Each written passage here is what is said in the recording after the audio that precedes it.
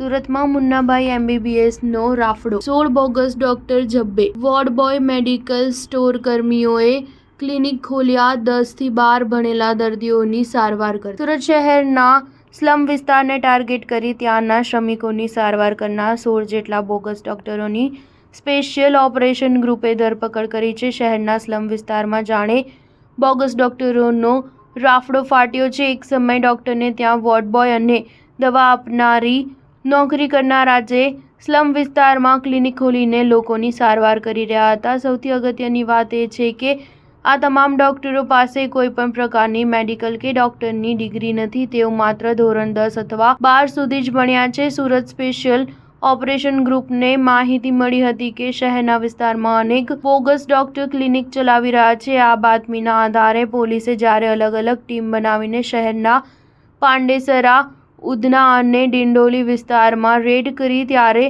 SOG પણ ચોંકી ઉઠી હતી. એસઓજીની ટીમ જ્યારે દરેક બોગસ ડોક્ટરની ક્લિનિક પર પહોંચી તો જોયું કે ત્યાં માત્ર ધોરણ 10 અને 12 સુધી ભણનાર વ્યક્તિ લોકોની સારવાર કરી રહ્યા છે. ક્લિનિકમાં 4-5 એવા દર્દીઓ હતા જેઓને ગ્લુકોઝના બાટલા ચડાવવામાં આવી રહ્યા હતા. આ સમગ્ર મામલે એસઓજીના પીઆઈ અતુલ સોનારાએ જણાવ્યું હતું કે એમની પાસે કોઈ ડિગ્રી નથી. અગાઉ ડોક્ટર જોડે કમ્પાઉન્ડર હોય અને શીખ્યા હોય તેના અનુસંધાને પોતાની ક્લિનિક ખોલીને તેઓ લોકોની સારવાર તે જ મુજબ કરી રહ્યા હતા. આ તમામ બોગસ ડોક્ટર સ્લમ વિસ્તારને ટાર્ગેટ કરી રહ્યા હતા. ખાસ કરીને ડિંડોલી, બેસ્તાન, પાંડેસરા, લિંબાયતને ટાર્ગેટ કરે છે. તેમની વિરુદ્ધ ફરિયાદ દાખલ કરી જે તે વિસ્તારના પોલીસ સ્ટેશનને આરોપીઓને સોંપવામાં આવશે.